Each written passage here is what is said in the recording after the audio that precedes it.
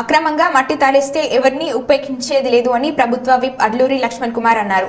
గత 10 సంవత్సరాలుగా అధికారంలో ఉన్న గత ప్రభుత్వ పాలనలో ఎవరు పడితే వారు మట్టి గాని కంకర గాని అక్రమంగా రవాణా చేశారని, జగిత్యాల జిల్లాతో పాటు ధర్మపురి నియోజకవర్గంలో ఇప్పుడు అలాంటి అక్రమ రవాణాకు ఎవరైనా పాల్పడితే ఉపేక్షించేది పరిస్థితి లేదని ప్రభుత్వ విప్ ధర్మపురి ఎమ్మెల్యే అడ్లూరి లక్ష్మణ్ కుమార్ హెచ్చరించారు.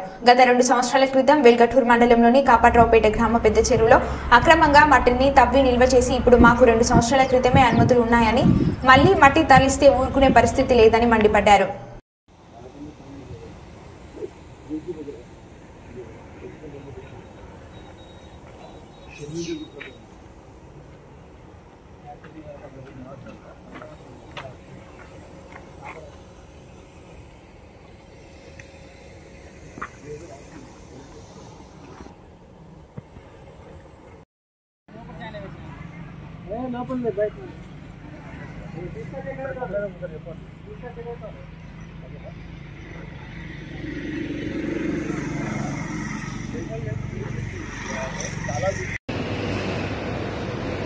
నాయకులు కాంట్రాక్టర్లు కుమ్మక్కైపోయి నిజవర్గం ఉన్నటువంటి నల్లమట్టి కంకర అక్రమ వ్యాపారం చేసినటువంటి అలవాటు పడ్డారు 10 సంవత్సరాల నుంచి.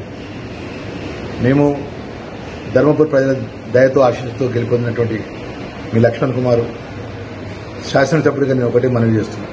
జిల్లాకు సంబంధించిన జిల్లా అధికారులు, జిల్లా కలెక్టర్ గారికి కూడా అధికారులు కూడా చెప్పడం జరిగింది. ధర్మపురి కానీ జగిత్యాల జిల్లాలో కానీ ఎవ్వరు కూడా ఎలాంటి అనుమతి లేకుండా అక్రమంగా వ్యాపారాలు, అది మట్టి కానీ అది కంకర కానీ ఇంకెలాంటి అక్రమ వ్యాపారాలు చేస్తే అది ఎంత పెద్దవారినైనా కూడా ఊరుకునే ప్రసక్తి ఉండేది. ఈ నూతనంగా ఏర్పడేటువంటి ప్రభుత్వం లోపల అక్రమాలు, అరాచకాలు చేసేటువంటి ఎవరినైనా కూడా చట్టపరంగా శిక్షిస్తానే విషయాన్ని కూడా మనవి చేస్తూ, ముఖ్యంగా జిల్లాకు సంబంధించిన జిల్లా అధికారులకు కూడా చెప్తున్నాం. ఏదైతే ప్రభుత్వ నిబంధనలకు అనుగుణంగా అనుమతులు ఉంటే ఆ స్థానిక అవసరాలను బట్టి, అక్కడ ఉన్నటువంటి ప్రజల ఇబ్బందులను బట్టి దానికి అనుమతి ఇవ్వండి. కానీ విచ్చలవిడిగా 10-20 లారీలు పెట్టుకొని, పెద్ద పెద్ద మిషన్లు పెట్టుకొని నల్లమట్టి 22 సంవత్సరాల కింద మేము అనుమతి తీసుకున్నాం, మా అదే అనుమతితో మేము నడిపిస్తామని చెప్తే అది ఇక్కడ ఎట్టి పరిస్థితుల్లో కూడా అది అనుమతి ఇచ్చే ప్రసక్తే ఉండదు. మేము అధికారులకు కూడా చెప్తున్నాం, దీన్ని త్వరగా ఎంక్వైరీ జరిపించండి.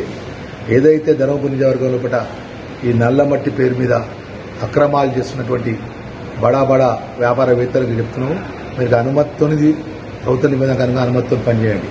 కానీ ఇష్టానుసారంగా మేము అధికారులను మా చేతిలో ఉన్నారు, మేము ఇష్టమైన కాబట్టి అక్రమాలు చేస్తామంటే ఊరుకున్న సమస్య ఉందనే విషయాన్ని మరొకసారి తెలియజేసుకుంటూ, దీని మీద కూడా ఏదైతే వెలుగటూరు గుట్ట మీద ఉన్నటువంటి కంకర గుట్ట మీద ఎన్ని క్వారీలు ఉన్నాయి, ఎన్ని క్వారీలకు ఎన్ని సంవత్సరాల నుంచి అనుమతులు ఇచ్చిండ్రు, ఆ అనుమతులు ఇచ్చి ఎంత డిపాజిట్స్ రాయల్టీ కట్టిండ్రు, ఎంత కంకర తీసినారు, అదేవిధంగా మెగాకు సంబంధించిన కంపెనీ వాళ్ళు ఎంత బ్లాక్ చేసిన బండ అది ఎక్కడ పోయింది, ఎవరికి అమ్మిన అమ్మే అధికారం ఎవరిచ్చింది, దీని మీద చీఫ్ విజిలెన్స్ అధికారికి మేము రాతపూర్వకంగా దరఖాస్తు ఇస్తాం.